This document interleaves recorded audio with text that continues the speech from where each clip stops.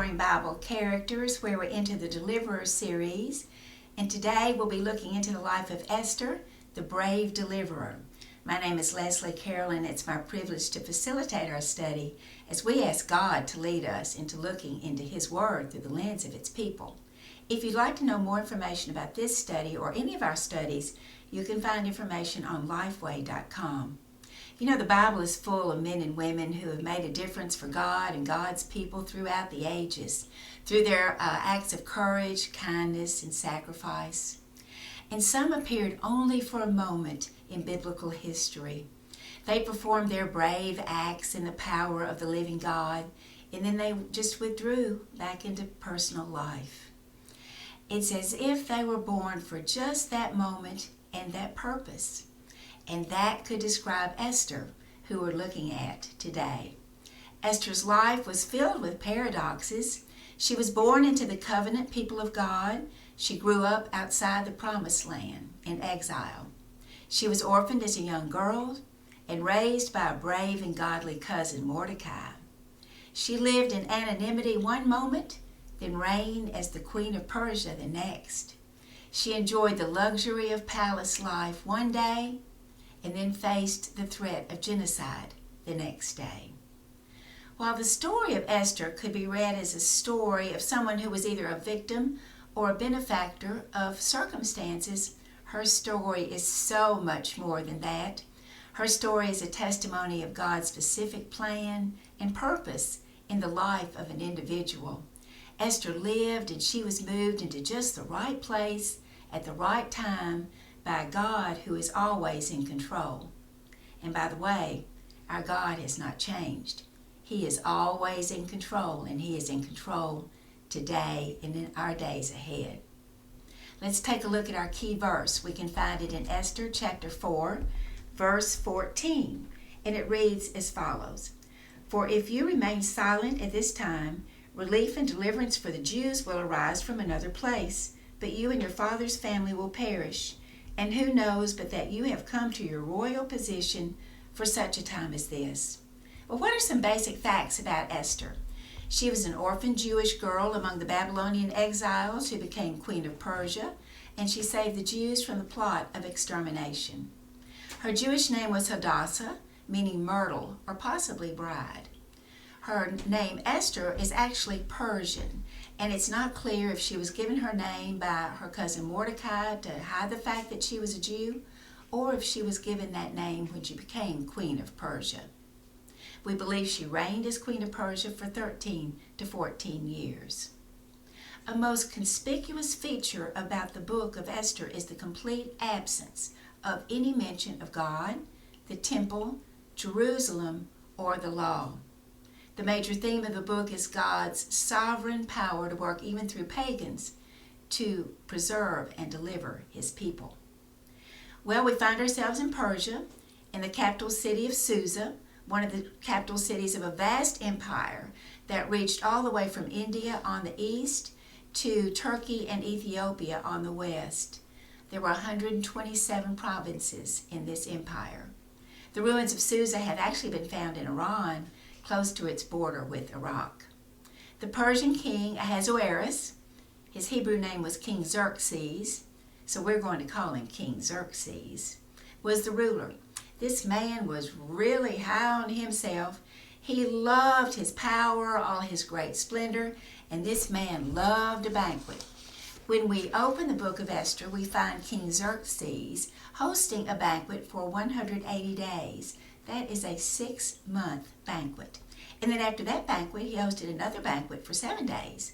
And at the end of that 7-day banquet, Scripture tells us, when the heart of the king was merry with wine, he sent for 7 eunuchs to Queen Vashti, and he called her to come out wearing her royal crown and display her beauty for all that were in attendance, all the noble princes and everyone that was in attendance at that banquet.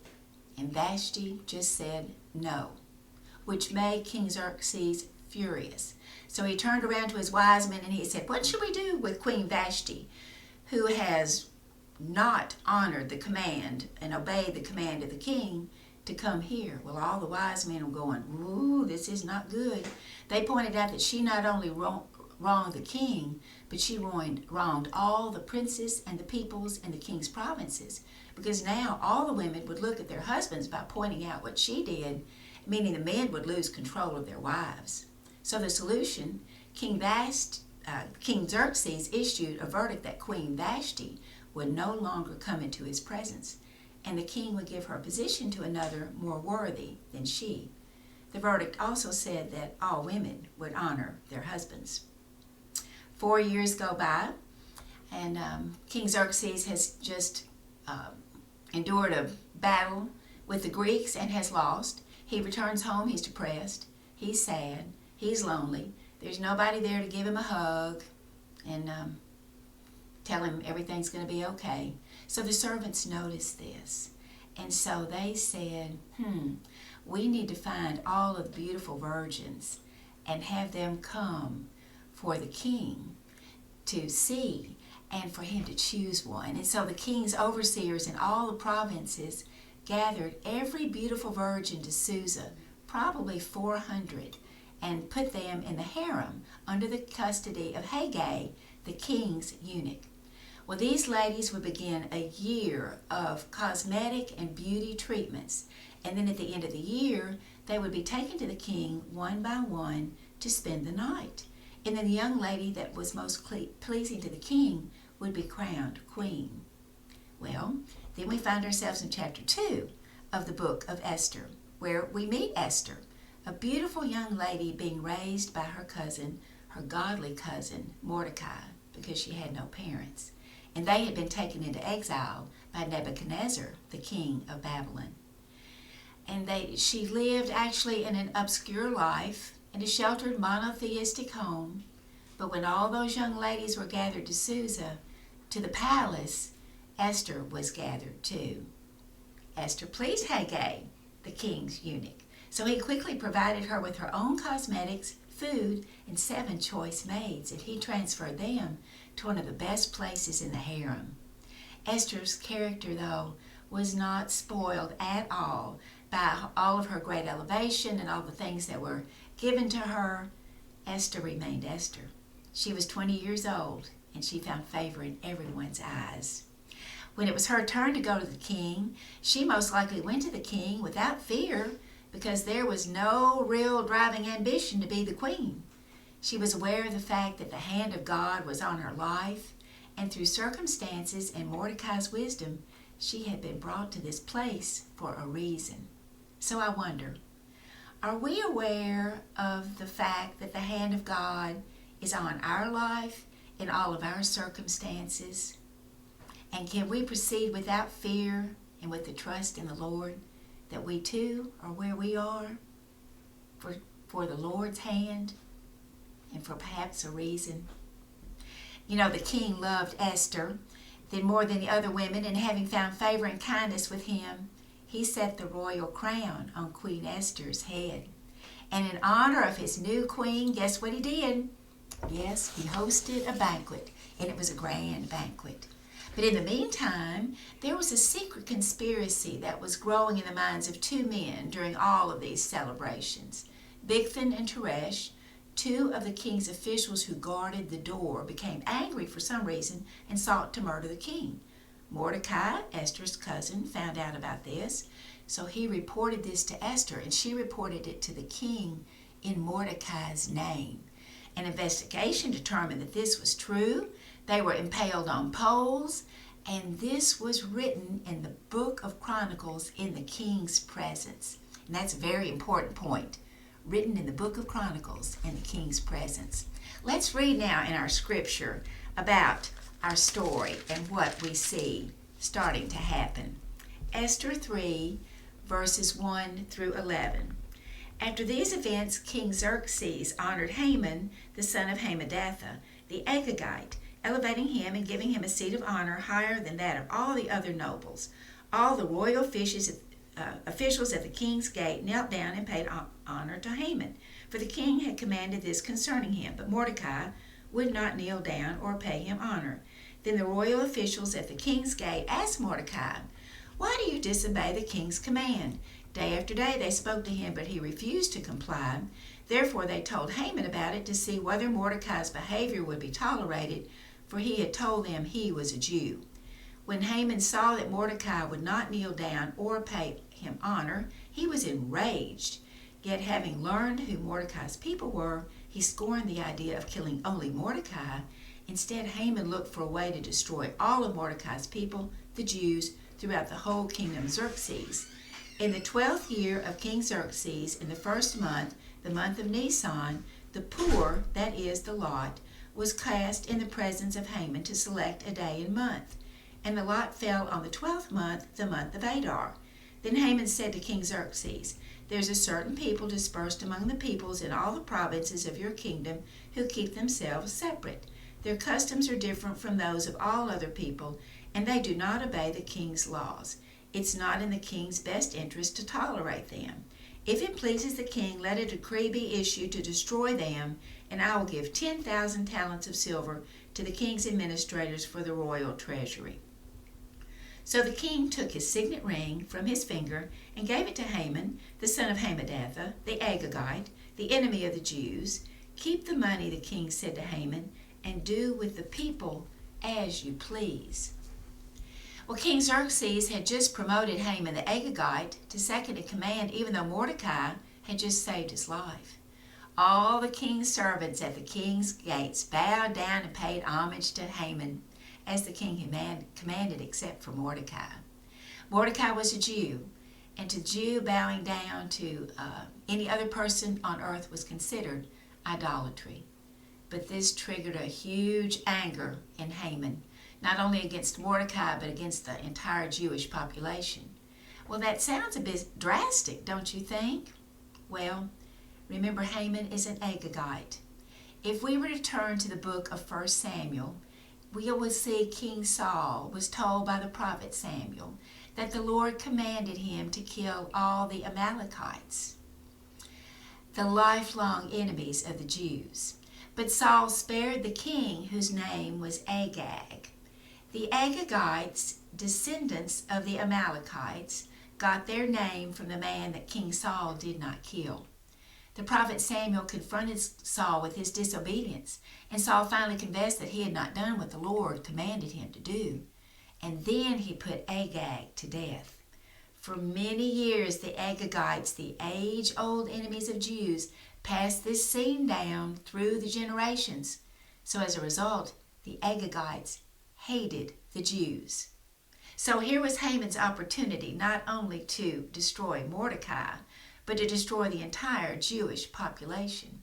Casting of lots, called pur, was similar to shooting dice to select a day for some particular activity. The lots were cast in the first month, and the day selected was 12 months later for destruction of the Jews. Haman goes to the king with his plan. The decree is issued, but neither Haman nor the king realized that Esther was a Jew, and she was completely unaware of Haman's plan. Well, when Mordecai learned of this, he tore his clothes. He put on sackcloth and ashes and went about the city wailing loudly and bitterly, hoping to capture the attention of Queen Esther, because he felt that she knew nothing about this. Sure enough, Esther's maidens and servants saw him and told Esther. And since Esther was restrained from speaking to anyone outside of the palace, she sent one of the king's servants to find out the truth about what all was going on and what was happening. Well, let's read about it in Esther chapter 4, verses 6 through 11. And they read as follows. So Hathach went out to Mordecai in the open square of the city in front of the king's gate. Mordecai told him everything that had happened to him, including the exact amount of money Haman had promised to pay into the royal treasury for the destruction of the Jews. He also gave him a copy of the text of the edict for their annihilation, which had been published in Susa, to show to Esther and explain it to her, and he told him to instruct her to go into the king's presence to beg for mercy and plead with him for her people. Hathach went back and reported to Esther what Mordecai had said, and then she instructed him to say to Mordecai, All the king's officials and the people of the royal provinces know that for any man or woman who approaches the king in the inner court without being summoned, the king has but one law, that they be put to death unless the king extends the gold scepter to them and spares their lives. But 30 days have passed since I was called to go into the king. So Mordecai told him all that had happened, and he gave the servant a copy of the text of the edict so that he could show Esther and inform her. He ordered her to go to the king, to implore his favor, and to plead with him for her people. And the servant related all of Mordecai's words to Esther, but you heard what she said. She hesitated. Her words went back to Mordecai. What would he say, and what would she do? Let's read on. Esther chapter 4, verses 12 through 17. When Esther's words were reported to Mordecai, he sent back this answer. Do not think that because you are in the king's house, you alone of all the Jews will escape. For if you remain silent at this time, relief and deliverance for the Jews will arise from another place, but you and your father's family will perish. And who knows, but that you have come to your royal position for such a time as this. Then Esther sent this reply to Mordecai, Go, gather together all the Jews who are in Susa and fast for me. Do not eat or drink for 3 days, night or day. I and my attendants will fast as you do. When this is done, I will go to the king. And even though it's against the law, and if I perish, I will perish. So Mordecai went away and carried out all of Esther's instructions. It's a very unique situation, but in a sense it's one that we face on a daily basis, even though the circumstances may not be the same. Because you see, at the core, Esther's choice was about self-protection or self-denial. She could walk the road of safety and mind her own business, and maybe be able to conceal her identity, and maybe avoid all that was coming to her people, or she could deny her sense of self-preservation. Taken like this, her choice is really a mirror of what it means to follow Jesus. Following Jesus means self-denial, taking up our cross daily, going after him, forsaking our sense of self-protection and self-preservation, and instead relying on God's wisdom, power, and grace for us. Or that's what following Jesus should mean, isn't it? Mordecai reminds Esther that she's a Jew and she will not escape death. God was not limited to Mordecai or Esther, nor would he allow his people to perish. God would use someone to save the nation. How great it would be, Esther, if God had put you sovereignly in that position. Our key verse, verse 14, and who knows, but that you have come to your royal position for such a time as this. What about us? What about us? Could we be where we are, that is where God has put us, for such a time as this? At the end of the 3rd day of fasting and praying, Esther puts on her royal robes, and she stands in the inner court of the king's palace at his door, waiting for him to notice her and hopefully extend his golden scepter, because if he didn't, she would have died. I wonder if she was nervous. Do you think she was? She waited. He extended his golden scepter, and she approached the king with confidence, a very special confidence in the Lord. So no, I don't think she was nervous.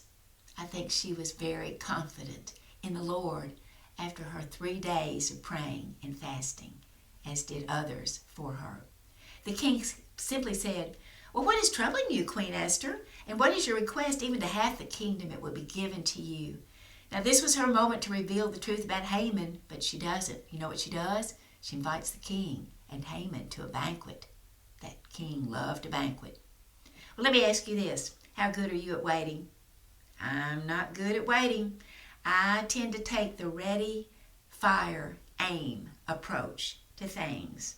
Launching off in my own direction, in my own way. But oh me, I don't know about you, but I learned over and over again, it's much better to wait on the Lord. He's got the perfect plan and the perfect time, and we're going to see that in our story. Esther invites the king and Haman to come to a banquet she's prepared for them. She doesn't point a finger at Haman, and she knows that king loves a banquet. So they go, and then the king asks her again, well, Esther, what is it? And she says, well, if it pleases the king, I would like for you and Haman to come to another banquet the next day, and then I'll tell you. Well, that Haman is on top of the world. He's prancing around. His pride and his ego were just bursting about he got to go to a banquet with just the king and Queen Esther, and he was going back to another banquet. But then he walks by Mordecai, and Mordecai's not bowing down. Mordecai's not honoring him, and Haman was furious. Goes home, tells his wife and all his friends all the great things that is happening, but then he says, but ooh, that Mordecai is just not bowing down. He's not doing what he's supposed to do. And his wife, Haman's wife, says, well, Haman, how about you build a gallows 50 cubits high, and the next morning you go ask the king to hang Mordecai on it, and you just go with the king to Queen Esther's banquet and have a big time. Well, Haman just loved the idea of the fact of building a gallows and hanging Mordecai. 50 cubits high this gallows would be, and I want you to know 50 cubits is 75 feet. These gallows were going to be 7.5 stories high.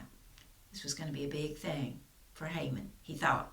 So Haman goes to sleep that night, hearing the construction workers working on that gallows. But you know, that same night the king could not sleep. So he called for the book of records, the book of Chronicles, to be read to him, thinking that that would help him fall asleep. So they are being read to the king, and it was found written that Mordecai had what he reported concerning Bigthan and Teresh, two of the king's servants who had sought to lay hands on the king. But nothing had been done to honor Mordecai. So the king starts thinking, well, what can we do to honor Mordecai? And that next morning he was still thinking, well, what could we do to honor Mordecai? We did not honor Mordecai. And as he's thinking this, who happens into the palace but Haman? And so Haman's coming with his plan to ask the king for the authority to hang Mordecai and then go on to the banquet. So when Haman walks into the room of the king says, well, Haman, what should we do to a man that the king wants to honor? Well, you and I both know who Haman was thinking, the king was thinking about, and it was Haman. So Haman was thinking, ooh, the king wants to honor me.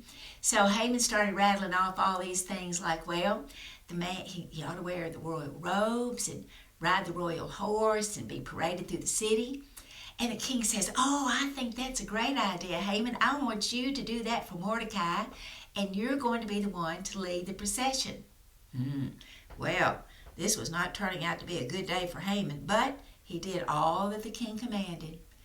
And after all of that, he goes back home to his wife and his friends, and he's saying, oh, you just won't believe what happened to me. And at that point, his wife says to him, Haman, if Mordecai, before you whom you have begun to fall, is of Jewish origin, you will not overcome him, but will surely fall before him. Because you see, she had been thinking about this, and she changed her tune, because she knew that the Jews were God's chosen people, and God had not forgotten them. Well, suddenly there's a knock at the door, and they're the servants, and they take Haman away to go to this second banquet with the king, with Queen Esther, and this was going to be the big event. And so at the banquet, the king asked Esther again, well, Esther, what is your petition? The king asked. We can read in Esther chapter 7, verses 3 and 4, that Esther says, if I have found favor with you, your majesty, and if it please you, grant me my life. This is my petition. And spare my people, this is my request. For I and my people have been sold to be destroyed, killed, and annihilated. If we had merely been sold as male and female slaves, I would have kept quiet, because no such distress would justify disturbing the king. Now, I don't know about you, but I would have already long ago blurted out Haman's name. But look at Esther's restraint that she is displaying now in these moments. And the king asked her, who is it that's done this, and where is he? Not remembering that the king himself had given his signet ring to Haman to issue the order. Esther very clearly reveals that it's Haman by saying, an adversary and an enemy, this vile Haman. Haman was immediately terrified, and the king was so enraged that he sat down his wine and had to go out in the palace garden for a few minutes. And Haman just was laying on the couch where Esther was reclining, and he was pleading for his life, and in walks the king. That's not a good scene for Haman. So there's a servant standing by, and this servant speaks up and he says, well, you know, king, I noticed there were some gallows that are standing at Haman's house, and they're 50 cubits high. But these were the gallows that Haman had made for Mordecai. Well, the king immediately hanged Haman on the gallows that he had built for Mordecai. And the king proceeded to give the house of Haman to Queen Esther. And the king recognized Mordecai. Wow. Happy ending to our story, right? Not just yet. Because you see, we still have an issue. Orders in that day and time could not be revoked under Persian law. And an order had been issued to annihilate the Jews on a certain day. Esther begins pleading for her people. He told Esther, and so the king told Esther and Mordecai to write to the Jews as they saw fit this time, in the king's name, and seal it with the king's signet ring. And so they sent a message all through the kingdom that the king had granted to the Jews the authority in every place, in every city, the authority to assemble and to defend their lives. The Jews could protect themselves. Look how the king had changed, and he had softened through his relationship with Esther. And I wonder, do we have a godly influence on those that the Lord puts around us? I hope so. There's one additional detail. You might recall when Haman was trying to decide when to carry out his plot to exterminate the Jews, he relied on the ancient custom of casting lots. A lot was called a pur, in honor of the remarkable change of events that took place on December 13th and 14th. The Jews declared those to be days of celebration, the feast of Purim, and that feast is still celebrated today. Esther did not call attention to herself when she established these customs, but rather she gave her people a lasting reminder of God's faithfulness. Esther is highly significant in the turning points of history, but we don't even read about her until the 2nd chapter of the book of Esther, and her name is not mentioned at all in the closing chapter of the book. Esther is a woman of strength and dignity, strength in her restraints as well as in her responses, dignity in her humility as well as in her integrity. She had a quiet confidence in God, and she found herself in a place for such a time as this, the saving of the Jewish nation. I wonder, what about us? Could we be where we are for such a time as this? Esther chose the road of self-denial, and in doing so, she found her life. Just as Jesus said, all who would forsake him, would forsake themselves to follow him, would do. We see Jesus in every book of our Bible. Let's forsake ourselves today and follow him. I hope you've enjoyed looking into the life of Esther for such a time as this. I have. I'd love to hear from you if you have comments, insights, questions.